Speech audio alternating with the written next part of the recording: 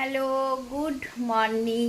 তো আজকে হচ্ছে রবিবার আর আজকের ডেট হচ্ছে 12ই অক্টোবর।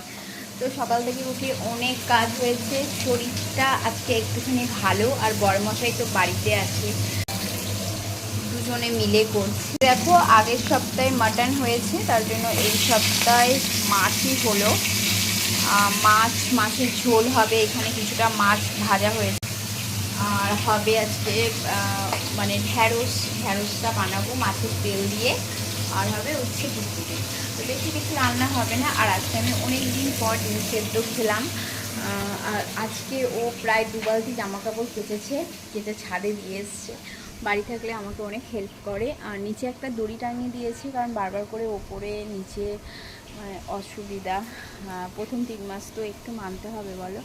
তো এই বাইরে একটা দড়ি টাঙিয়ে দিয়েছে, এই দেখো